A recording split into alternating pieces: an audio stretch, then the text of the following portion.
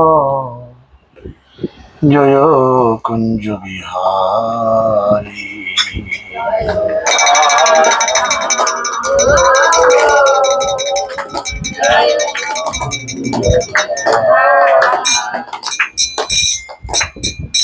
जय राधा माधव जय कुंज बिहारी।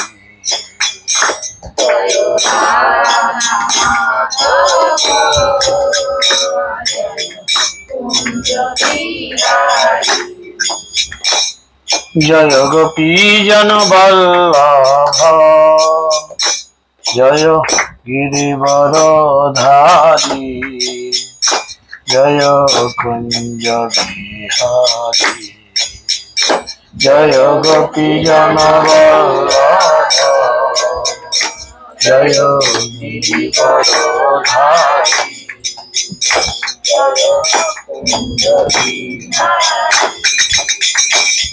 जय यशोदानंदन व्रज जनरंजन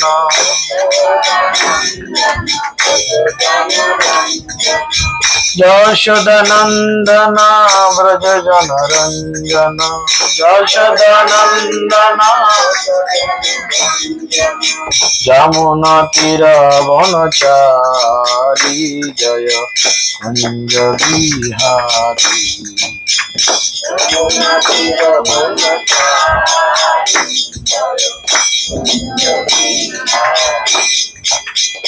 जय राधा माधव जय कुंज बिहारी। जय राधा माधव जय कुंज बिहारी। हरे कृष्ण कृष्ण कृष्ण हरे हरे हरे राम राम राम हरे हरे। हरे कृष्ण कृष्ण कृष्ण हरे हरे हरे राम राम राम हरे हरे। हरे कृष्ण कृष्ण कृष्ण हरे हरे हरे राम राम राम हरे हरे। हरे कृष्ण कृष्ण कृष्ण हरे हरे हरे राम राम राम हरे हरे। हरे कृष्ण कृष्ण कृष्ण हरे हरे हरे राम राम राम हरे हरे। हरे कृष्ण कृष्ण कृष्ण हरे हरे हरे राम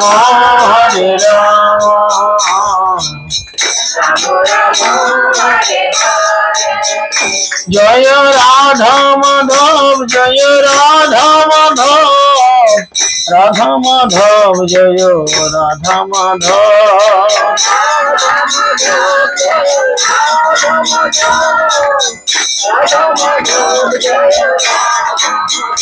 जय गौरनिताय पंचतत्व जय गौरनिताय।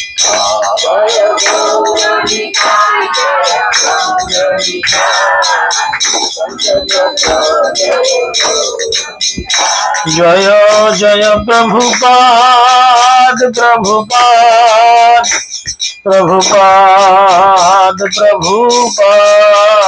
जय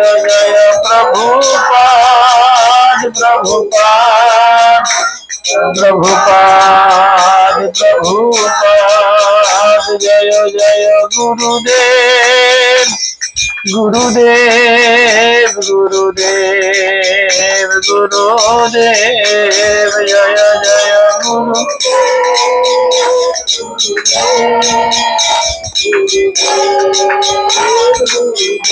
निताई गौर हरि बोल हरि बोल हरि बोल हरि बोल निताई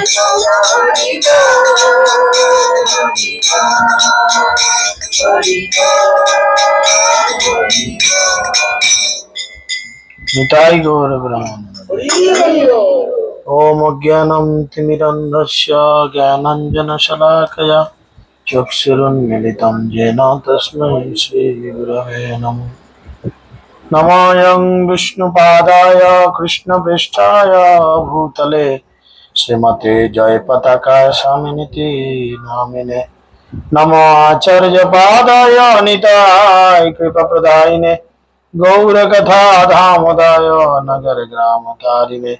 नमोऽयं विष्णुपादाय कृष्णपृष्ठाय भूतले श्रीमते भक्तिवेदान्त स्वामिनिति नामिने। नमस्ते सरस्वती देवे गौरवाणी प्रचारिणे निर्विशेष शून्यवादे पश्चात्देशतारिणे।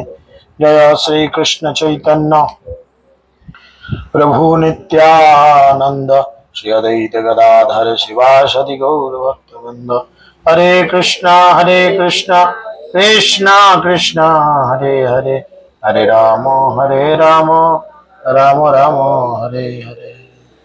मुखं करोति वाचालं भंगुं लंघयते गिरिं यत्कृपातमहं वन्दे श्रीगुरुं दिनतारिणं परमानन्दमाधवं श्रीचैतन्यैश्वरं श्रीचैतन्यमनोभीष्टं स्थापितं जनभूतले स्वयं रूपकदामयं ददाति शपदान्तिकं। नित्यप्रायः भद्रेषु नित्यं भगवत सेवया भगवते रुक्तं श्लोके भक्तिर्भवति नैष्ठिकी। जय श्री कृष्ण चैतन्य प्रभु नित्यानंद श्री अद्वैत गदाधर श्रीवासदि गौर भक्तवृंद। हरे कृष्णा कृष्णा कृष्णा हरे हरे हरे राम राम राम हरे हरे। हरे कृष्णा सकले जोरात करे बोलो नम नमो भगवते वासुदेवाय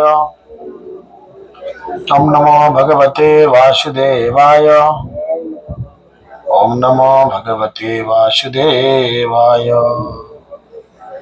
हरि ओम तत्सत। हरे कृष्ण सकल के आंतर्जातिक कृष्ण भवनामृत संघ तथा इस्कन नामोत्तर एवं चंद्रोदय मंदिर पक्ष থেকে প্রীতি শুভেচ্ছা এবং অভিনন্দন জ্ঞাপন করি।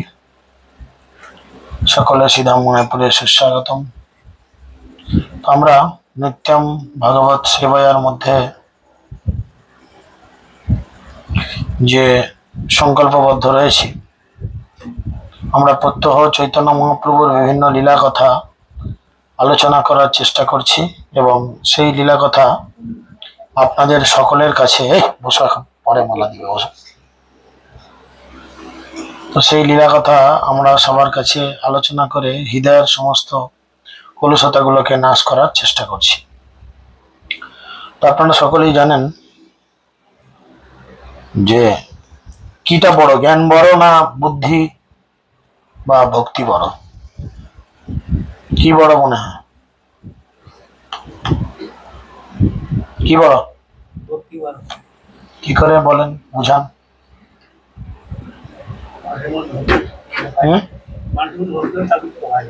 কিটা পরিষ্কার করে বলো। সেটা ঠিক তো ক্লিয়ার হলো না, বুঝিয়ে বলতে হবে তো। কি করে বড়?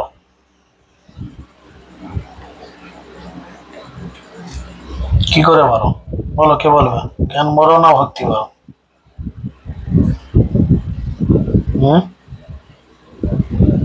কি করে মানলুম ভক্তি বড়? কি করে ভক্তি বড় বলো? ভক্তির দ্বারাই ভগবানকে পাওয়া সম্ভব। শ্লোকে বলতে হবে। কথাটা সঠিক, কিন্তু শ্লোকে না বললে কি করে হবে? যাই হোক, বিজ্ঞান যোগে 19 নম্বর শ্লোকে ভগবান খুব সুন্দর করে তিনি বলছেন, কে কে গীতা পড়েছেন আগে বলেন তো? গীতা পড়েছেন? হাত তুলেন। গীতা পড়েছেন? আপনি পড়েন নাই? হ্যাঁ, কি বলে উঞ্চের দিকে তাকিয়ে? পড়ে এখনো সারা করো নাই? আচ্ছা, দীক্ষা হয়ে গেছে, খুব ভালো।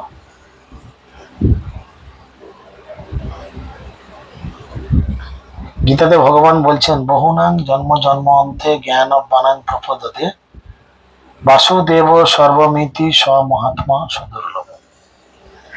ভগবান খুব সুন্দর করে বলছেন যে ক্রমে ক্রমে জ্ঞানীগণ বহু জন্ম পরে, ক্রমে ক্রমে জ্ঞানীগণ বহু জন্ম পরে। জ্ঞানী মানে কি? জাগতিক ডিগ্রি, কোয়ালিটি, গীতা ভাগবতের ইত্যাদি ডিগ্রি, সব কিছু জ্ঞান। এরকম বহু লক্ষ কোটি জ্ঞানী মানুষ কত জন্ম পরে? বহু জন্ম পরে, একাধ দুটো দৃষ্টা নয়, বহু জন্ম পরে আমার চরণে শুদ্ধ প্রপত্তি সে করে। আমার চরণে বলতে কার চরণে? ভগবান কৃষ্ণের চরণে, তাই না? তাহলে ক্রমে ক্রমে জ্ঞানীজন বহু জন্ম পরে আমার চরণে শুদ্ধ প্রপত্তি সে করে। বাসুদেব ময় তথা জগত দর্শন দুর্লভ মহাত্মা সেই শাস্ত্রের বর্ণ। বাসুদেব ময়, বাসুদেব মানে কি? রামকিনোর বাপ বাসুদেব নয়, বাসুদেব এখানে ভগবান শ্রীকৃষ্ণ। বাসুদেব ময় তদা জগত দর্শন, অর্থাৎ জগতের সবকিছু সে কৃষ্ণময় দর্শন করে। এরকম ব্যক্তি জগতে পাওয়া খুব দুর্লভ। কৃষ্ণ নিজে স্বীকার করছে। তিনি বলছেন বারবার, ক্রমে ক্রমে জ্ঞানীজন বহু জন্ম পরে, বহু জীবন, লক্ষ লক্ষ কোটি কোটি জীবন কাটানোর পরে কোন একজন বুঝতে পারেন যে ভগবান শ্রীকৃষ্ণই হচ্ছেন সমস্ত কারণের কারণ, সমস্ত জগতের সবকিছুর উৎস হচ্ছেন তিনি। আর তাকে ঠিক সেভাবেই তিনি বুঝতে পারেন, আর জেনে সে তখন কৃষ্ণের চরণে নিজেকে শরণাগত করেন। কৃষ্ণ নিজে বলছেন এরকম ব্যক্তি বড়ই দুর্লভ। দুর্লভ মানে যেটা সহজে পাওয়া যায় না, তাই না? জগতে দেখুন, মাতাল পাবেন কিনা? গোটা গ্রামে ঘুরলে মাতালি বেশি জুটবে। জুটবে না? বড় লোক সেও জুটবে হয়তো ঘুরলে, গরিব লোক সেও জুটবে। ভালো ভালো পড়াশোনা করা computer engineer, doctor, barrister, professor, master হয়তো সেও জুটবে, জুটবে না? কিন্তু কৃষ্ণ ভক্ত যেটা খুব মুশকিল।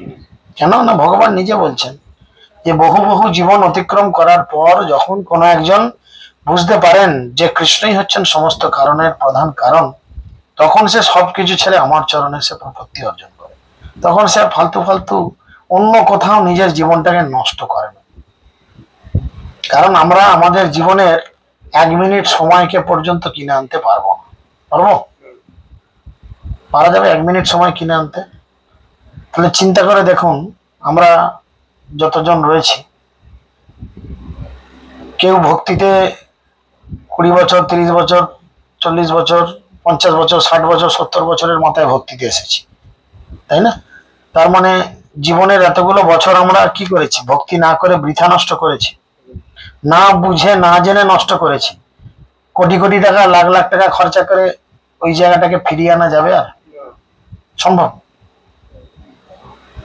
কোনোদিনই যাবে না। তাই যখনই যেই মুহূর্তে কোনো মানুষ উপলব্ধি করবে যে সমস্ত জগতের সর্বকারণের কারণ হচ্ছে তুমি, তখনই সে আর কোনো কিছুতে সময় নষ্ট করবে না যে আমি অন্য কোনো জায়গায় কোনোভাবে আর সময়কে বৃথা অপচয় করব না।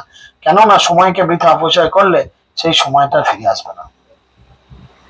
বহু বহু জন্মে ভগবত ভক্তি সাধন করার ফলে অথবা পারমার্থিক কর্ম অনুষ্ঠান করার ফলে জীব এই জগতে অপ্রাকৃত বিশুদ্ধ জ্ঞান প্রাপ্ত হয় যে পারমার্থিক উপলব্ধির চরম লক্ষ্য হচ্ছেন পরম পুরুষোত্তম ভগবান শ্রীকৃষ্ণ। কোন মানুষরা জানতে পারে? এই যে আমাদের মতো যারা ভক্তি করছি, দীক্ষা নিয়েছি, গুরুদেবের কথা মতো জীবনযাপন করছি, এই ধরনের মানুষ বহু জুটাতে হবে এক কাছে। তাদের মধ্যে একজন কৃষ্ণকে রিয়েলাইজেশন করবে, কৃষ্ণকে বুঝবে। তাহলে যারা আমাদের মতন জীবনযাপন করছে না তাদের কি অবস্থা তো জানবেই না, বুঝবেই না। তাহলে চিন্তা করে দেখুন যে আমরা এরকম দীক্ষা পেলাম, এই পেলাম তাই পেলাম, এতেও আমাদের সহস্র মানুষের মধ্যে কদাচিৎ একজন জানে। ভগবান কৃষ্ণ বলছেন মনুষ্যনাং সহস্রেষু কশ্চিৎ যতচিৎ সিদ্ধায়, সহস্র সহস্র মানুষের মধ্যে একজন আমাকে জানতে পারে। সেই সহস্র মানুষ মানে সহস্র ভক্তের মধ্যে একজন হয়তো সঠিক ভক্তিযোগ অনুশীলন করে আমার কাছে এগিয়ে আসে, নাহলে বাকিদের হয়ে যায় সেই লোক দেখানো করা ভাজা, তাই না?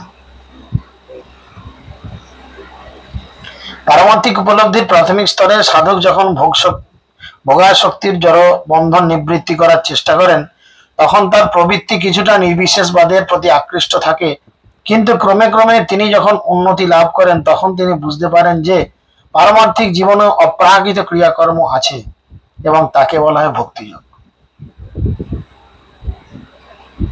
কিরকম? সাধারণ মানুষ ভক্তিযোগে ঢোকার পর তারা বিভিন্ন পারমার্থিক কাজ করতে চায়। 10-20টা লোককে খাইয়ে দিলাম, উদয়স্ত নাম দিয়ে দিলাম, একটু ঘরে লোকজন নিয়ে এসে হরিনাম করিয়ে দিলাম, তাই না?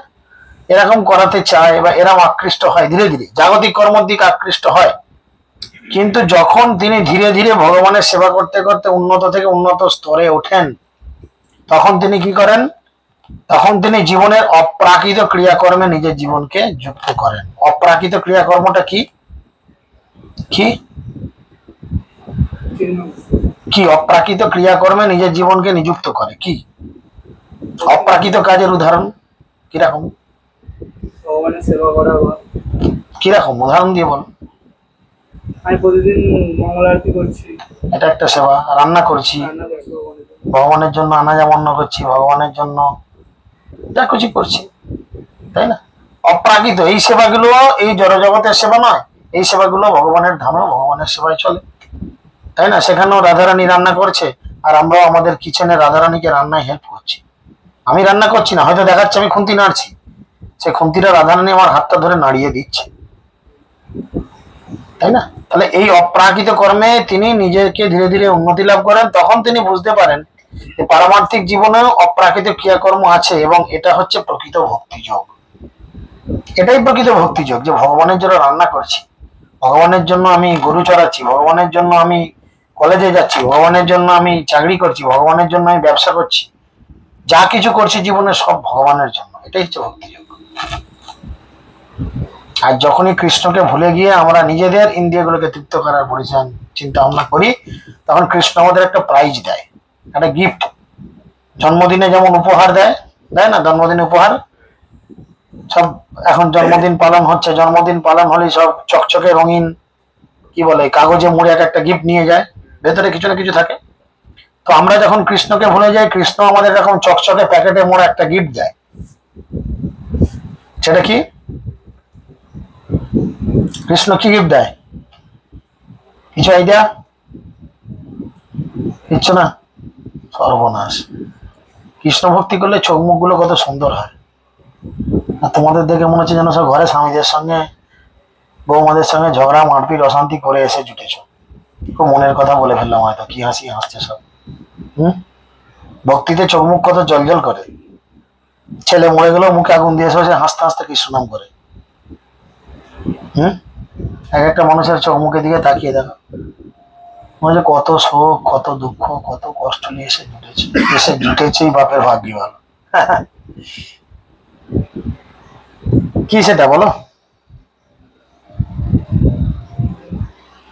আইডিয়া করো। মায়া বা সংসারের কি গিফটটা কি? কৃষ্ণকে ভুলিয়ে দেয়। সে তো ভুলে গেছি বলে সে একটা গিফট দেয়। সে একটা, যেমন জন্মদিনে কারোর বাড়িতে গেলে বা আমরা দেখেছি কারোর জন্মদিনে শুধু হাতে খেতে যাবো, যায় কেউ শুধু হাতে খেতে, একটা কিছু নিয়ে যায়। যেমনই গিফট হোক, বাক্সটা যেন দারুণ হয়, একদম চকচকে রঙিন পেপারে মুড়ে উপরে একটা সেই প্লাস্টিকের ফুল ফুল দিয়ে একদম দারুণ সাজিয়ে গুছিয়ে নিয়ে গিয়ে গিফট দেয়। জন্মদিনে গিফট জাগতিক অর্থ সম্পত্তি বাড়িয়ে না, হরিনাম দিলে তো ভালো জিনিস দিল। কৃষ্ণকে ভুলে গেলে কৃষ্ণ আমাদের একটা গিফট দেয় এবং কৃষ্ণ আমাদের সবাইকে সেই গিফট দিয়েছে না, কেন দেবে? যার জন্মদিন, ভালো করে চিন্তা করো, যার জন্মদিন তাকে আমরা গিফট দিচ্ছি, কিছুতে দিচ্ছি, একটা খেলনা হোক, একটা বই হোক, পেন হোক, কিছু না কিছু দিচ্ছি। সেটা দিচ্ছি মানে কি, সেইটা পেয়ে সে কি করবে? আমাকে চিন্তা করবে না আমাকে ভুলে যাবে? চিন্তা করবে তো, যে আমার ওই বন্ধুটা এসেছিল আমাকে একটা টেডি বিয়ার দিয়ে গেছে, খেলার একটা খেলনা গাড়ি দিয়ে গেছে, তাহলে সেই খেলনা গাড়িটা দেখে আমার সে বন্ধুর কথা মনে পড়বে, তাহলে সেই বন্ধুর প্রতি আসক্ত হব। কৃষ্ণকে ভুলে গেলে কৃষ্ণ আমাদের সবাইকে একটা গিফট দিয়েছে, অলরেডি আমরা সবাই সেই উপহারটা পেয়েছি। সেই উপহারটা কি, কি করে পেয়েছো বলো? বুঝাতে তো হবে, যা হোক কিছু কথা বললে তো হবে না, যুক্তি দিয়ে বুঝাতে হবে। কৃষ্ণ আমাদের একটা গিফট দিয়েছে।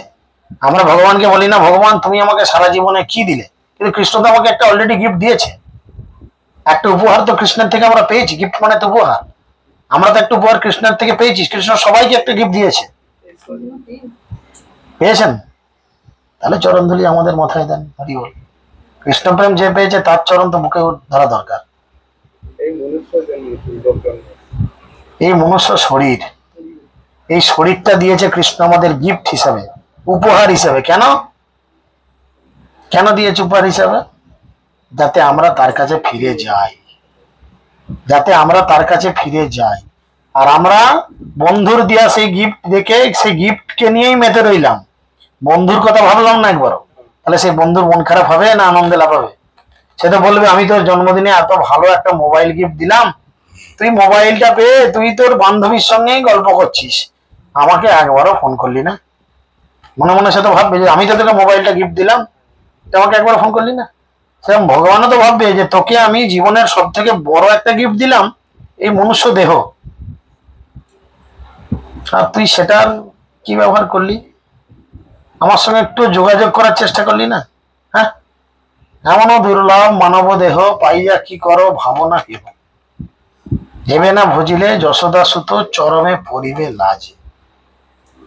মৃত্যুর সময় বা মৃত্যুর পরে যশোদা সুত কৃষ্ণ তিনি নিজের কপাল নিজে চাবড়ে তোমাকে বলবে তুই কি এই করার জন্যই পৃথিবীতে গেলি? প্রশ্ন করে, তুই কি এই করার জন্য পৃথিবীতে গেলি? তো এটা বুঝতে পেরে তিনি পুরুষোত্তম ভগবান শ্রীকৃষ্ণের প্রতি অনুরক্ত হন এবং তার শ্রীচরণ কমলে আত্মনিবেদন করেন। এই অবস্থায় তিনি বুঝতে পারেন ভগবান শ্রীকৃষ্ণের কৃপাই হচ্ছে সর্বসার সর্বস্ব, শ্রীকৃষ্ণই হচ্ছেন সর্বকারণের পরম কারণ এবং এই বিশ্ব চরাচর তার থেকে স্বাধীন বা স্বতন্ত্র নয়। বুঝা গেল? কৃষ্ণের চরণে প্রকৃত ভক্তি করতে করতে সে মনে মনে উপলব্ধি করবে যে এই জগৎ, যতই লোকে বলুক 15ই আগস্ট আমাদের স্বাধীনতা দিবস, আমরা স্বাধীন মুক্ত সুখ হেন তেন, যে সঠিক ভক্তি জীবন করবে সে বুঝবে আমরা কোনোদিন স্বাধীন নয়, তাই না? আমরা কোনোদিন স্বাধীন নয়, আমরা পরাধীন। আর এই পরাধীনতার বিষয়টা যে স্বীকার করে নিতে পারবেন সেটাই হচ্ছে প্রকৃত আত্মসমর্পণ। মহাপ্রভু ওই জন্যই ভক্তদের মানসিকতা কিরাম থাকা উচিত তার শিক্ষাষ্টকমের মাধ্যমে আমাদের শিক্ষা দিয়েছেন। কার কার মুখস্থ আছে শিক্ষাষ্টকম? হরি বল। কি রায়, নাম বলে গেছি, কি রায়? মালতী রায়।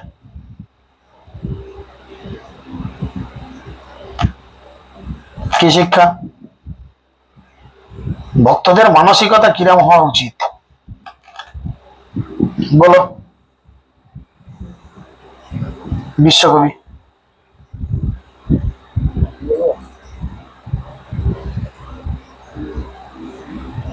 বলো, টুম্পা বলো, ভক্তদের মানসিকতা কিরম হওয়া উচিত?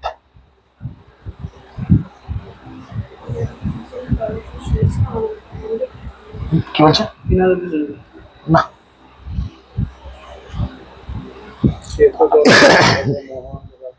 যাক বলো, একটা একটা 8টা তো শ্লোক, দুজনে দুটো বলে ফেললে 6টা, চাড়িয়ে চুড়িয়ে বললে এর মধ্যে একটা তো হবেই। বেশি তো নয়, 800 শ্লোক তো নয় যে সারা রাত লাগবে। দুজনে দুটো বলে দিলে মনে হয় 6টা, চাড়ি চুড়িয়ে সব একটা আধটা করে বললে এর মধ্যে একটা লাগবেই। হ্যাঁ, অন্ধকারে ঢিল ছিল দিলে লাগবেই, যেতে হবে একটা যে ঠকাস করে। তাদের টিনের চালি লাগুক কি কারো কপালেই রাখুক, আলো এলে দেখবে কোথা লাগলো, তাই না? তো সেরকম কৃষ্ণরূপ সূর্য যখন আমাদের হৃদয়ে প্রস্ফুটিত হবে, তখন দেখবো সারা জীবন ভক্তি করে আমি কি করলাম। পানা পুকুরে ঢিল মেরে শুধু পানাই সরালাম, না ঢিল মেরে দুটো মাছও শিকার করলাম। মহাপ্রভু কি শিক্ষা দিয়েছে? মানব জীবন মানে আমাদের মানসিকতা কিরাম হওয়া উচিত, ভগবানের প্রতি মানসিকতা কিরাম হওয়া উচিত।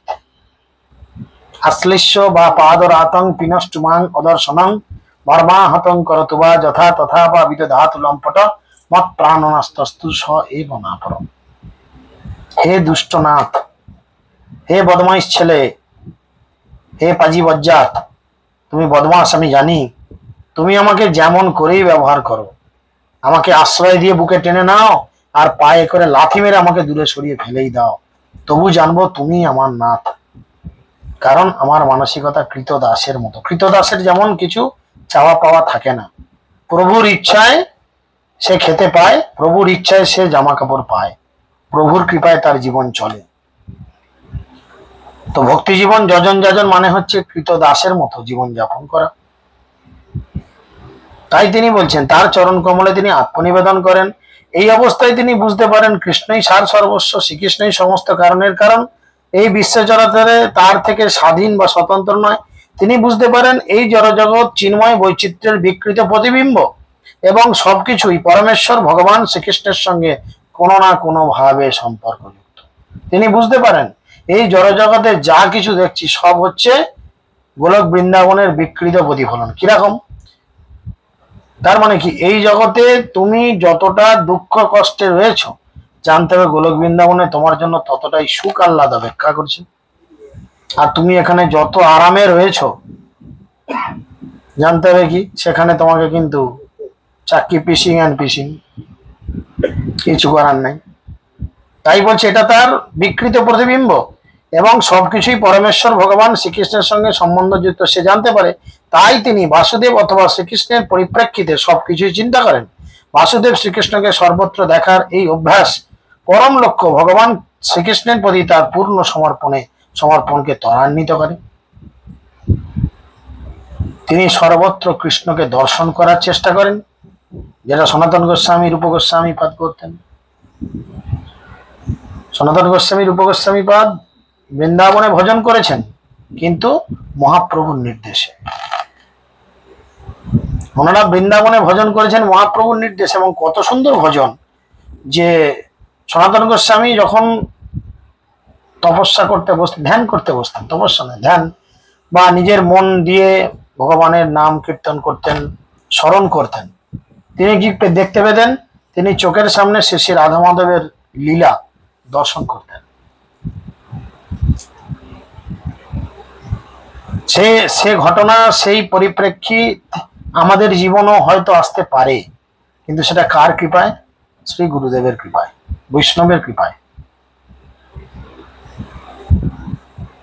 গুরু কৃষ্ণ প্রসাদে পায় ভক্তিলতা বীজ, তাই না? গুরুদেব বা কৃষ্ণের কৃপায় বা বৈষ্ণবের কৃপায় আমরা কিন্তু ভক্তিলতা বীজ পাই।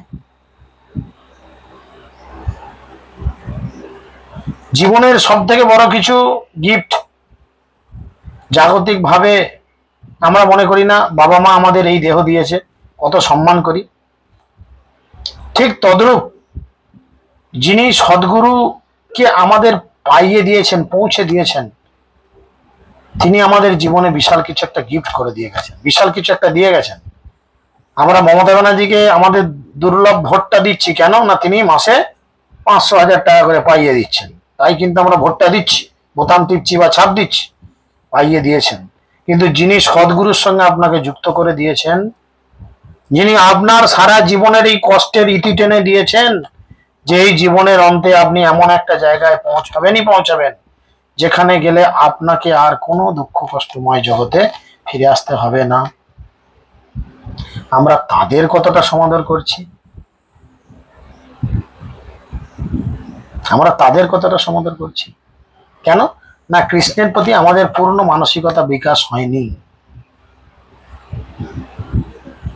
আজকে দীক্ষার পূর্বে গুরুদেবের কাছে আমরা অঙ্গীকারবদ্ধ হলাম, আমি দুবার গীতা পড়েছি বা শুনেছি, কিন্তু এখন প্রশ্ন করে জানা যাচ্ছে ওই পড়ি আর কি। তাহলে এই যে অপরাধ গুরুদেবের চরণে হতে আরম্ভ হলো ধীরে ধীরে, এখন 1 বছর হয়নি, আরম্ভ হলো, এই অপরাধের ভাগ কিন্তু প্রত্যেককে বহন করতে হবে আমাদের। যিনি শিক্ষাগুরু রূপে সই করেছেন তাকে 70% বহন করতে হবে, যিনি তার গুরুদেবের মূল প্রতিনিধি রূপে এসেছেন মহারাজ বা জেলা প্রচারক তাকে 10% ভুগতে হবে, রিজিওনাল ডাইরেক্টর এদের 10% ভুগতে হবে, গুরু মহারাজকেও 20% ভুগতে হবে। কেন না গুরুদেবকে আমরা মিথ্যে কথা বলে দীক্ষা নিয়েছি বা গুরুদেবের সঙ্গে প্রতারণা করছি। চিন্তা করুন, গুরু মহারাজ কিন্তু আমাদের কোনো ক্ষতি করেনি, আমাদের বাড়া ভাতে ছাই দিয়েছে কি? দিয়েছে। কিন্তু তবু আমরা নিজেদের সংশোধন করার চেষ্টা করছি না। ঠিক আছে, হয়নি, এখন তো কমপ্লিট করে নিয়েছি, এখন তো আমি তৈরি হয়ে গেছি।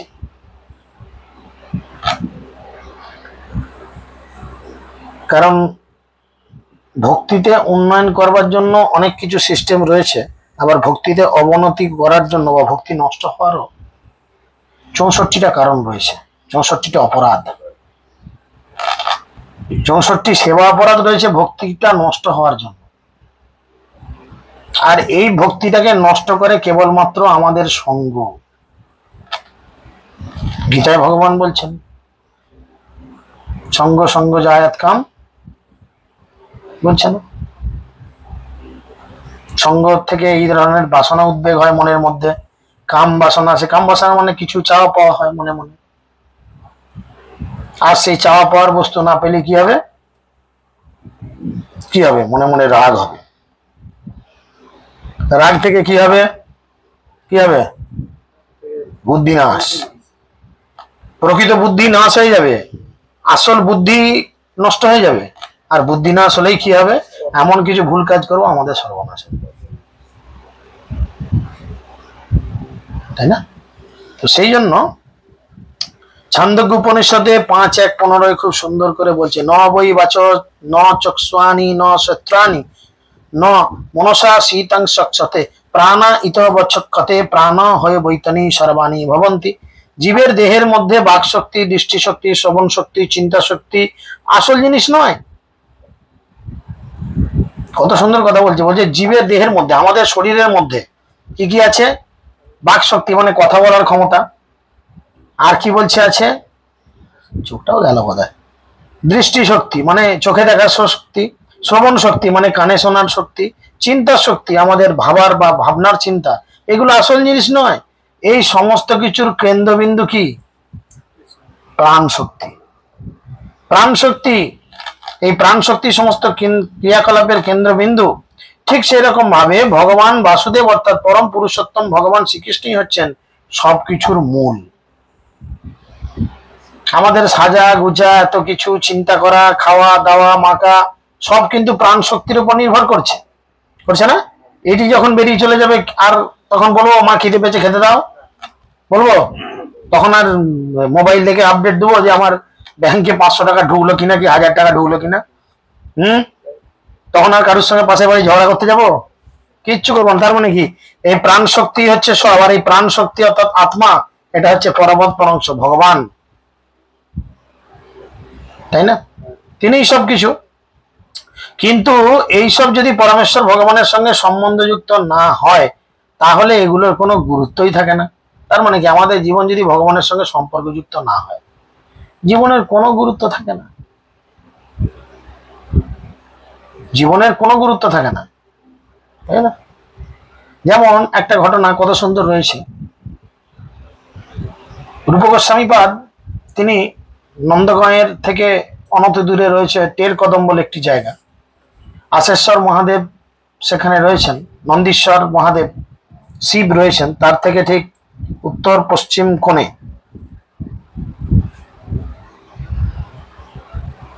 টের কদম বলে একটি জায়গা রয়েছে যেখানে গাছগুলি সব টেরা বাঁকা।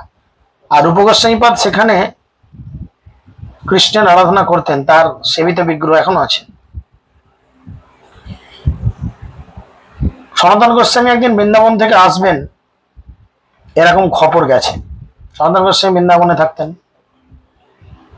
তো তিনি বৃন্দাবন থেকে যাবেন নন্দগাঁয়েতে, ওনার কাছে খবর গেছে দাদা আসবে, তার জন্য কিছু তো খাবার দাবার রাখতে হবে। আমরা সাধারণত বাড়িতে এলে চা বিস্কুট দিই, দাদা আসবে কিছু তো খাবার দাবার রেডি রাখতে হবে। তাই তিনি মনে মনে ভাবলেন যে দাদা আমার পায়েস খেতে খুব পছন্দ করে। পায়েস বোঝেন তো সবাই, পায়েস, পরমান্ন, পরমান্ন খেতে খুব পছন্দ করে। কি হবে, আমি তো ভগবানের এই সেবা নিয়ে থাকি, 2 পয়সা তো ইনকামও নাই যে ভালো দুধ দুধ কিনে বা চাল টাল চিনি টিনি কিনে দাদার জন্য ভালো করে পায়েস বানাবো। তিনি শ্রীমতী রাধারানীর কাছে নিজেকে সমর্পণ করলেন এবং মনে মনে এই প্রার্থনা করলেন যে দাদা তো আসবে, তাহলে কি হবে। 2 ভাই ছিল খুব শুদ্ধ ভক্ত। শুদ্ধ ভক্তদের যত্ন ভগবান নিজে করেন। শুদ্ধ ভক্তদের যত্ন করার জন্য ডাক্তার, ইঞ্জিনিয়ার বা ডাক্তার বা স্ত্রীদের প্রয়োজন পড়ে না। বড় বড় সাধুগুরু বৈষ্ণবদের যত্নের জন্য কি কোনো ডাক্তার বৈদ্যের প্রয়োজন পড়ছে? ভগবানের কৃপাতেই তারা কিন্তু সুস্থ আছেন। আমাদের গুরু মহারাজ কার কৃপায় ভালো আছেন? কৃষ্ণের কৃপায় তিনি ভালো আছেন, তাই না? তো কৃষ্ণের ইচ্ছায় কি হলো না, শ্রীমতী রাধারানী একটা মাত্র 12-14 বছরের মেয়ের বেশ ধারণ করে তিনি বর্ষনা থেকে মাথায় করে নিজে মাটির মটকা করে 1 মটকা দুধ আর কিছু চাল আর চিনি, পায়েস বানানোর যে উপকরণ, তিনি নিয়ে আসলেন এবং অভিনয় করে বললেন, আমার বাবা তোমাকে খুব শ্রদ্ধা করে, আমাদের গরু হয়েছে, গরুর বাছুর হয়েছে, তো অনেকে আছে না প্রথম দুধটা একটু মন্দিরে ফন্দিরে লাগিয়ে তবে খাবে, তো তোমার কাছে একটু করতে বললো। তখন তিনি মনে মনে ভাবছেন বাবা কি করে কি হলো, কিন্তু চাল চাল চাল বা চিনি দুধের তো ব্যবস্থা হলো, কিন্তু পরমান্ন রান্না করবে, আমি তো ভালো রান্না করতেও পারি না, এ তো বেশ পেঁচান। মেয়েটাকে বললো, হ্যাঁ গো আমি তো রান্না করতে পারি না, তুমি কি আমায় কিছু হেল্প করবে? তখন সেই মেয়েটি বলল যে হ্যাঁ, না রান্না করার কি আছে, আমি তোমায় শিখিয়ে দিচ্ছি, আমি রান্না করে দিয়ে যাচ্ছি। সেই ছোট্ট রাধারানী সেই ছোট্ট বেশ ধরা বালিকাটির বেশ ধরে তিনি নিজে রন্ধন করলেন এবং নিজে হাতে, দেখুন আমাদের হাতের রান্না কৃষ্ণ খায় না, বলে কি রাধিকার পক্ষ অন্ন বিবিধ ব্যঞ্জন পরম আনন্দে কৃষ্ণ করেন ভোজন। রাধারানী নিজে রান্না করলেন এবং সেই উৎকৃষ্ট পরমান্ন কৃষ্ণকে নিবেদন করা হলো। কৃষ্ণ তো চেটে পুটে খেলো, রাধারানী চলে গেল।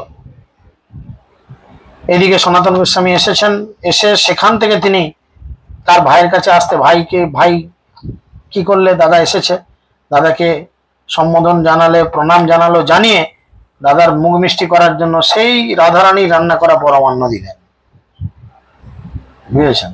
আর সে যেমনি সঙ্গে সঙ্গে পরমান্নটা মুখে দিয়েছে, সে তো বুঝতে পারছে এটা কোনো সাধারণ জিনিস নয়। তখন জিজ্ঞেস করছে, আচ্ছা এই পরমান্ন তুমি কোথায় পেলে, কি ব্যাপার, কে এনে দিয়েছে, সত্যি কথা বলো কি হয়েছে? তখন সে বলল যে এরকম একটা ঘটনা ঘটেছে, একটা এরকম 12-14 বছরের একটি মেয়ে এসে তার বাবা পাঠিয়েছে, তাদের নতুন গরু বাছুর হয়েছে বলে, ইত্যাদি ইত্যাদি। তিনি যেহেতু শুদ্ধ কৃষ্ণ ভক্ত, তিনি বুঝলেন ভগবানের ইশারা। তিনি কি করলেন, এই পরমান্ন খেলেন এবং যে মাটির মটকায় করেছিল, তখন তো আর স্টিলের কড়াই লোহার কড়াই থাকেনি, মাটির জিনিস ব্যবহার হতো, সেটা সঙ্গে রেখে দিলেন। আর তিনি জিজ্ঞেস করলেন যে তোমার লেখা কত দূর।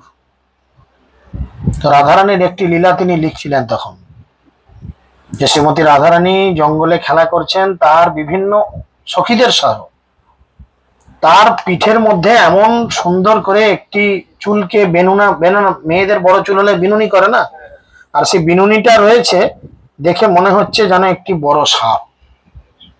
তখন সনাতন গোস্বামী রেগে গিয়ে বলল, তোমার কোনো লজ্জা করে না? রাধারানী তিনি চিন্ময়ী, তার চুলও চিন্ময়ী, একটা জাগতিক সাপের সঙ্গে তুমি তুলনা করলে, এটা তুমি ঠিক করো, তুমি সংশোধন করো। বললো, দাদা আমি তো যেটা উপলব্ধি করেছি সেটাই লিখেছি। যাক, সন্ধ্যা হয়ে আসছে দেখে তিনি আবার বৃন্দাবনের উদ্দেশ্যে ফিরে আসছেন। পথিমধ্যে যেতে যেতে তিনি লক্ষ্য করলেন কি, একটু ঝাপসা অন্ধকার হয়েছে, একটা জঙ্গলের মধ্যে একটা মেয়েকে দোলনাতে বসিয়ে আরো কিছু মেয়েরা দোলাচ্ছে, ঠিক আছে। আর দূর থেকে তিনি লক্ষ্য করলেন সেই মেয়েটির পিঠে যেন একটা সাপ উঠেছে। আর সেই রূপ সনাতন গোস্বামী চিৎকার করতে করতে সাবধান সাবধান সাবধান করতে করতে মেয়েটির কাছে গেল। গিয়ে দেখছে সেটা সাপ নয়, বিনুনি করা একটি চুল। তখন তার ভাইয়ের লীলাটা মনে পড়লো যে আমার ভাই যেটা চোখে দেখেছে সেটাই লিখেছে। এবং এবং শ্রীমতী রাধারানী তাকে নিত্য দর্শন এখনো দিচ্ছেন। ভক্তিরসামৃত সিন্ধুর গ্রন্থের মধ্যে দিয়ে তিনি এই আমাদের শুদ্ধ ভক্তির লক্ষণগুলো প্রকাশ করেছেন এইভাবে। তো সেখানে রয়েছে 64 সেবা অপরাধ। আপনি একটা মাতালের যখন সঙ্গ করবেন, মদ না খেলেও সে আপনাকে মদের প্রতি নেশাগ্রস্ত করতে বাধ্য করাবে। তুই অল্প খাইয়া দেখ কেমন পাবি মজা। তো সেই জন্য এই যে ভক্তি জীবন, তিনি বারবার বলছেন যে যদি আমরা আমাদের জীবনে সবকিছু খ্রিস্টের সঙ্গে সম্বন্ধযুক্ত না করি তাহলে কি হবে, ভক্তি জীবনটা ধীরে ধীরে ধীরে ধীরে নষ্ট হবে। আর যেহেতু বাসুদেব সর্বব্যাপক এবং সবকিছুই হচ্ছেন বাসুদেব স্বয়ং, তাই ভক্ত পূর্ণ জ্ঞানে আত্মসমর্পণ করেন। কিভাবে আত্মসমর্পণ করেন না, কামইতে তৈ হিত জ্ঞানা প্রপদ্যন্তে অন্য দেবতা তম তম নিয়নম অস্থায় প্রকৃত্যা নিয়তস্থয়া। যে পর্যন্ত কামনার দ্বারা থাকে বশীভূত, প্রপত্তি আমাতে তদা নহেত সম্ভূত। সেই কাম দ্বারা তারা হতজ্ঞান হয়, আমাকে ছাড়িয়া অন্য দেবতা পূজায়। কতক্ষণ আমরা ভগবানকে ভুলে থাকি, কতক্ষণ ভগবানকে ভুলে থাকি না, আমাদের হৃদয়ের মধ্যে যতক্ষণ কামনা বাসনা থাকে, কাম ভাব থাকে। তিনি বলছেন যে পর্যন্ত কামনার দ্বারা থাকে বশীভূত, আমাদের হৃদয়ের মধ্যে যতক্ষণ কামনা বাসনা থাকবে, কাম বাসনা থাকবে, ততক্ষণ কি হবে, প্রপত্তি আমাতে তদা নহেত সম্ভূত, ততক্ষণ তার হৃদয়ে আমার প্রতি প্রেম জাগবে না। অসম্ভব ব্যাপার। কৃষ্ণ নিজে বলছেন যতক্ষণ তুমি মনে মনে চাইবে কিছু, তুমি কৃষ্ণকে পাবে না। সেই কাম দ্বারা তারা হতজ্ঞান হয়, আমাকে ছাড়িয়া অন্য দেবতা পূজায়। সেই কামের দ্বারা কি হয় না, তারা কি করে, হতজ্ঞান হয়, অর্থাৎ তাদের প্রকৃত জ্ঞান অপহৃত হয়। কি করতে এলি আর কি করছিস, আমরা এটা ভাবি না। মায়ের পেটে যতক্ষণ কষ্ট পাচ্ছি তখন কৃষ্ণ কৃষ্ণ কৃষ্ণ কৃষ্ণ, মুক্তি দাও মুক্তি দাও মুক্তি দাও। যেমনি মুক্তি পেয়ে গেল ব্যাস, উনি মুক্তি সিং হয়ে গেল। মুক্তি সিংই তো, ও শক্তি সিং, যাই হোক, সরি, তাই না? তখন দুটো সিং বেরিয়ে গেল পাশ দিয়ে আমার।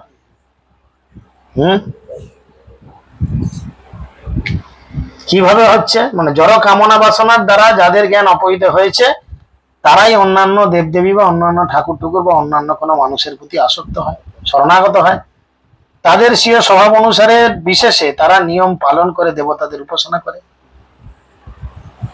কোন জনৈক ভক্ত আমাকে জানাচ্ছে যে প্রভু, নামটা তো আর জয়পতাকা মহারাজ মনে হয় দীক্ষা দেবেন না, তো আমি অন্য জায়গা থেকে জয়পতাকা মহারাজের কাছে দীক্ষার লাইন পাচ্ছি, আমি কি করি?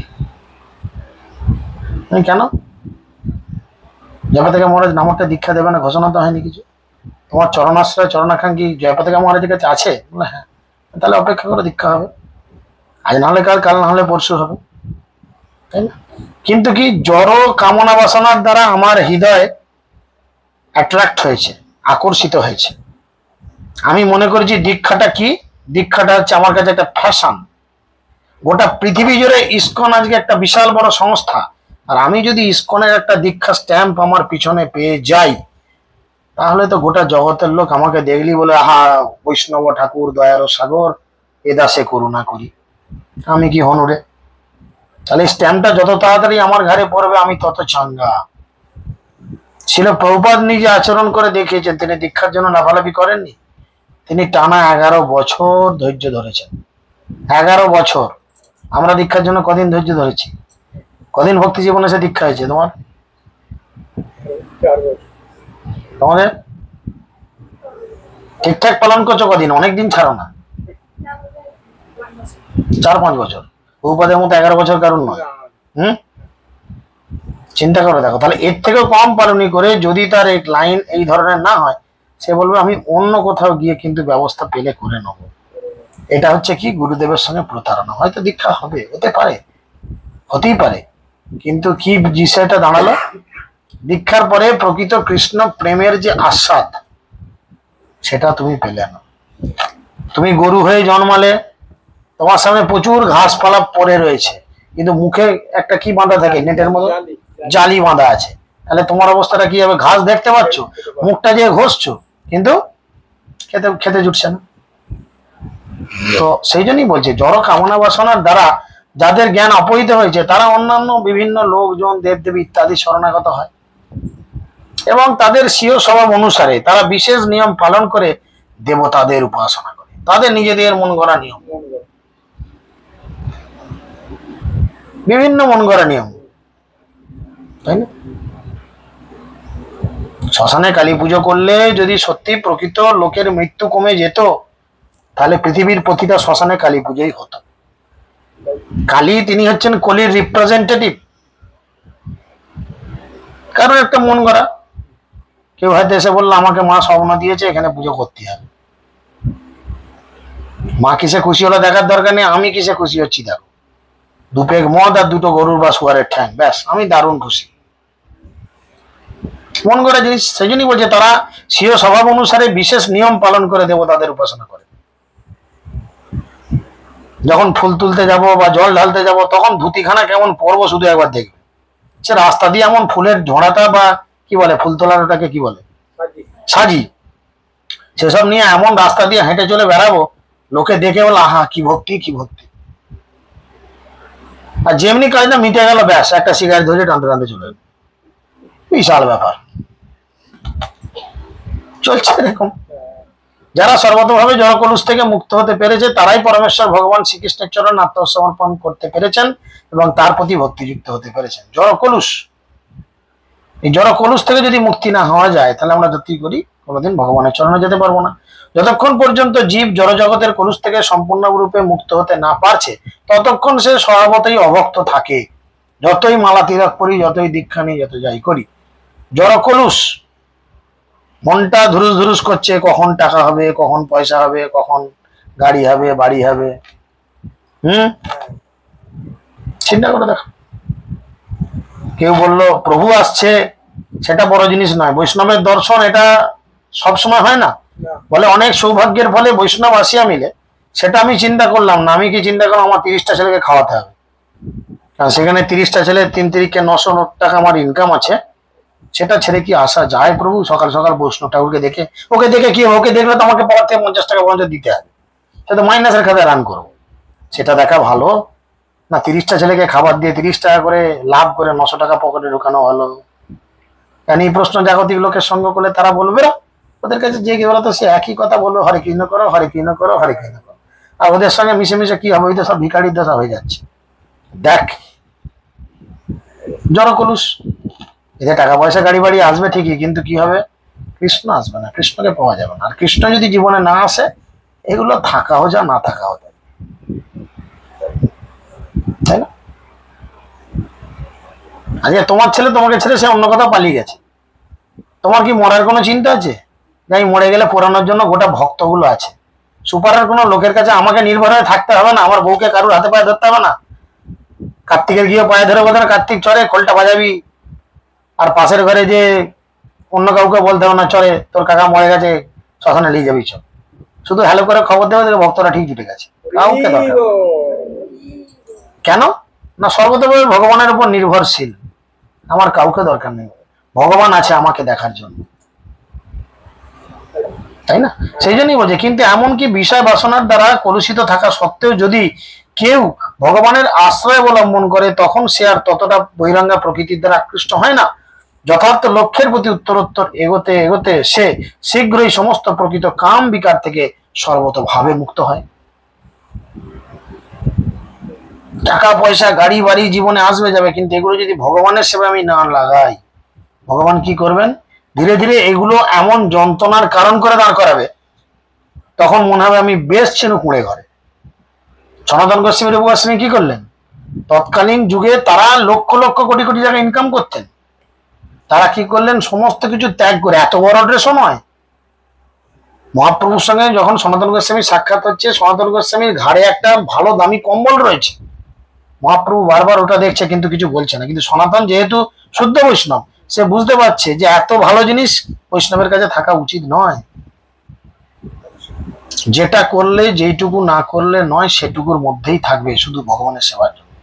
সে পাশে একজন গৌরীয়কে বললো, এত ভালো ভেট কম্বল নাও আর তোমার ছেঁড়া কাঁথাটা দাও। সাধারণত কাঁথা আমরা কি দিয়ে করি, নতুন শাড়ি দিয়ে করি। পুরাতন ছেঁড়া ফাটা শাড়িগুলোকে এক কাছে রেখে সেলাই করে করে একটা মোটা কিছু হলো, সেটা কাঁটা। সুন্দর সে শীতকালে সেই বেশ রংচঙে কম্বল চাপা দেখা না যায়, সেইটা তাকে দিয়ে সে ছেঁড়া কাঁথা নিচ্ছে। সে তো অবাক, কি পাগল আছে নাকি রে ভাই, এত ভালো কম্বলটা ছেড়ে দিয়ে কাঁথা নিয়ে যাচ্ছে কেন? না, সে কৃষ্ণের চরণে নিজেকে অর্পণ করতে করতে জাগতিক বিষয় থেকে সম্পূর্ণ নিরাসক্ত হয়ে গেছে। সে কথা এখানে বলছে, অবলম্বন করে তখন সে বৈরাঙ্গা প্রকৃতির দ্বারা আকৃষ্ট হয় না। মায়ার কাজ হচ্ছে তোমাকে বারবার কৃষ্ণ থেকে, ভক্তদের থেকে দূরে করবে। মনের মধ্যে সেরা উল্টো পাল্টা বুদ্ধি পাঠাবে, উল্টো পাল্টা বুদ্ধি পাঠাবে। তুই বুড়ো মানুষ, তোকে আগে খেতে দিলে না, বলো রবি দাও, তুমি কাছের লোক দাও, আগে জলটা পরিবেশন করো। তুই 70 বছরের একটা বুড়ো মানুষ, মায়া তোমার মধ্যে এই বুদ্ধিগুলো পাঠাবে। ওর কাজই হচ্ছে এটা, হ্যাঁ, ওর কাজই হচ্ছে এটা। তুই গেলি, তোকে একটু বসতে পর্যন্ত বললো নি, একটা বয়স্ক মানুষ গেলি, হ্যাঁ, 2-3টে বাঁশ বয়ে দিলি, 200 টাকা হাতে ধরলো নি। ছি, এটা তোর সঙ্গে ঠিক করে। সবসময় তোমাকে উঠকাবে, এটা হচ্ছে মায়ের কাজ। তোমাকে সব সময় শুধু কি ভক্তদের বিরুদ্ধে, ভক্তির বিরুদ্ধে, ভগবানের বিরুদ্ধে বুদ্ধি জুগাবে, যাতে কি একবার তুমি ভুল করে ওই জালেতে ফেঁসে যাও। আর ব্যাস, ফেঁসে গেলেই সেই উত্তম কুমারের একটা গান আছে না, দেখুক পারা বড়শিতে মাছ ধরেছি বড়শিতে, সেটা মায়া ওই কি বলে ওটাকে, হুইলের সুতোটা গুটাবে আর গান গাইবে। হ্যাঁ, দেখো সব লোকে রবি ধরা পড়েছে, এবার রবিকে টেনে তুলছি, ব্যাস। তো সেই জন্য তিনি বলছেন বারবার, শ্রীমদ্ ভাগবতে বলা হয়েছে যে যে সমস্ত যারা কামনা বাসনা থেকে সম্পূর্ণভাবে মুক্ত, শুদ্ধ ভক্তই হোক অথবা প্রাকৃত বিলাসযুক্তই হোক অথবা জড়কলুষ থেকে মুক্তিকামী হোক না কেন, সকলেরই কর্তব্য হচ্ছে বাসুদেবের শরণাগত হয়ে তার উপাসনা করা। শ্রীমদ্ ভাগবতে তাই বলা হচ্ছে। কিভাবে না, অকাম সর্বকাম মোক্ষ কাম উদারধি তীব্রেণ ভক্তি যোগেন যজতে পুরুষং ভম। পুরুষং পদম। যে সমস্ত স্বল্প বুদ্ধি মানুষেরা পারমার্থিক জ্ঞান অপহিত হয়েছে, তারাই বিষয় বাসনার দ্বারা তৎক্ষণিক পূর্তির জন্য দেবতাদের শরণাগত হয়। সাধারণ এই স্তরের মানুষেরা ভগবানের শরণাগত হয় না, কারণ রজ তমগুণের দ্বারা কলুষিত থাকার ফলে তারা বিভিন্ন দেবদেবীর উপাসনার প্রতি অধিক আকৃষ্ট হয়ে যায়। দেবী উপাসনাদের বিধিবিধান পালন করেই তারা সন্তুষ্ট থাকে। বিভিন্ন দেবদেবীর উপাসনা করে তাদের তুচ্ছ বিলাসের দ্বারা এতটাই তারা মহাচ্ছন্ন হয়ে থাকে যে তারা পরম লক্ষ্য সম্পর্কে সম্পূর্ণ অনভিজ্ঞ থাকে। কি করা উচিত, কি করা উচিত নয়, সেটা আমরা কোনোদিন জানতে পারি না, তাই না? খাই দাই হেরি পরি থাকি চিন্তাহীন, না ভাবি এ দেহ ছাড়িব। খাচ্ছি দাচ্ছি ঘুরে বেড়াচ্ছি, একটু ভাবছি না এই শরীরটা আমাদের একদিন ত্যাগ করতে হবে। এতটুকু রিয়েলাইজেশন আসছে। আমি তো জ্ঞান হয়ে থেকে শুনছি, মাইকে হরে কৃষ্ণ বাজছে, কি রিয়েলাইজেশন আসছে, কি রিয়েলাইজেশন আসছে? কি ফিরবে যখন সব বিড়ি টানতে টানতে, মুখের ভাষা তো থাকবেই বিড়ি টানতে টানতে, আরো কিছু লিকুইড থাকতে পারে। তাই কি রিয়েলাইজেশন হলো? সেই একই নাম তো করছে, কি রিয়েলাইজেশন হলো? ভগবানের কাছে ফিরে যাবে কি? বরঞ্চ জেনে শুনে ভুল করছে, আরো বেশি করে পিটবে। যে ওসব ঝামেলায় যায় না, সে খাচ্ছে তবু দুঘা কম মার খাবে। সে ধারে হরে কৃষ্ণ আর অন্য ধারে দিনে হরি হরি আর রাত হলেই করি চুরি, এই যদি মানসিকতা হয় তাহলে তো তার ঘাড়ও দুটো বেশি পড়বে। তাই সেই জন্যই বলছে যে সবসময় এইভাবেই বিরাজমান করি। তাই কৃষ্ণ কি করেন না, পরমাত্মা রূপে আমি সকলের হৃদয়ে বিরাজ করি। যখনই কেউ দেবতাদের পূজা করতে ইচ্ছা করে, তখন আমি সেই ভক্তের হৃদয়ের মধ্যে সেই ভক্তি বাড়িয়ে দিই। যা চলে যা, যা কর। কৃষ্ণের মেন্টালিটি এরকম, কৃষ্ণ এই কাজই করবে। তুমি 1 গ্লাস মদ খাবে, কৃষ্ণ বলে 1 গ্লাসে কি নেশা হবে, আরো 3 গ্লাস খা, মনের মধ্যে বাড়িয়ে দেবে। এইটুকু খেয়ে কি নেশা হয়? বেশি করে খাবো মাল, হব আমি বেশা মাল, তাই না? এইটুকু খেয়ে কি নেশা, আরো বেশি করে খাই দাও। তেমন তুমি যদি 1 মালা জপ আরম্ভ করো, কৃষ্ণ তোমার হৃদয়ের মধ্যে বাড়িয়ে দেবে। 1 মালা করে কি ভগবান খুশি হয়? তুই খুশি হবি, আরো 3 মালা কর। কেননা ভগবান কেবলমাত্র আমাদের মনুষ্য জাতির ওপরেই, মনুষ্য জীবনের উপরেই এই সিস্টেম চালিয়েছে কি না, তোমাকে এইটুকু স্বাধীনতা দিয়েছে কি না, তুমি মানুষ দেহ পেয়ে কি করো, তুমি ঠিক করো তুমি কি হবে। আমি বাবু তোমার জন্য দায়ী নয়। তুমি পরের জীবনে ছাগল হবে কি গরু হবে কি শুয়ার হবে কি সাপ হবে কি গাছপালা হবে, বাবা তুমি ঠিক করো তুমি কি হবে। তাই এই জীবনে আমরা যে দুঃখ কষ্ট জ্বালা যন্ত্রণা পাচ্ছি, এই জন্য ভগবান দায়ী নয়। এর জন্য আমরা নিজেরাই দিই। আমরা চেয়েছি এই ছোট জাতের বাড়িতে জন্মাবো, নোংরামো করবো, ঝগড়া করব, ঝামেলা করব, তাই এসেছি। আর এই মনুষ্য জীবন পেয়েও যদি এখনো চাইছি না, সাধুগুরু বৈষ্ণবের কাছ থেকে জানার পরও এখনো আমাদের হৃদয়ের মধ্যে সে মানসিকতা আসছে না যে ভগবানকে সেবা করব, ভগবানের পূজা করব, বৈষ্ণবদের সম্মান করব, তাহলে ভগবান তো দেবেই তুমি যেমন চাইছো। চেতনা নেই আমাদের, বৃক্ষের মতো জীবনযাপন করছে। হয়তো এই বাঁশ গাছগুলো এদেরই কোনো পূর্বপুরুষ যারা এই ভিটের প্রতি আসক্ত ছিল, আজ বাঁশ হয়ে জন্মেছে। তোর পেছনেও দেবো, ছাওয়াও দেবো,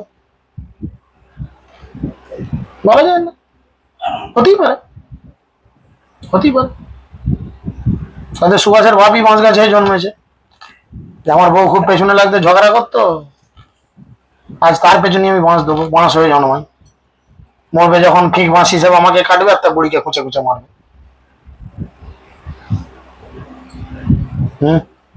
চেতনার দ্বারায়, তাই তিনি বলছেন যে ভগবান প্রত্যেককে স্বাধীনতা দিয়েছেন। তাই কেউ যদি জড়সুখ ভোগ করার জন্য নিজের অন্যান্য দেবতাদের পূজা করতে চায়, ভগবান সঙ্গে সঙ্গে তার সেই কথা মঞ্জুর করে, যাও চলে যাও, ঝামেলা হাঁটাও, তেজপাতার বস্তা ঝামেলা হাঁটাও, যত যাও, সরিয়ে দিবে। তো আমাদের বুদ্ধি দিয়ে বিচার করতে হবে যে আমাদের কি করা উচিত।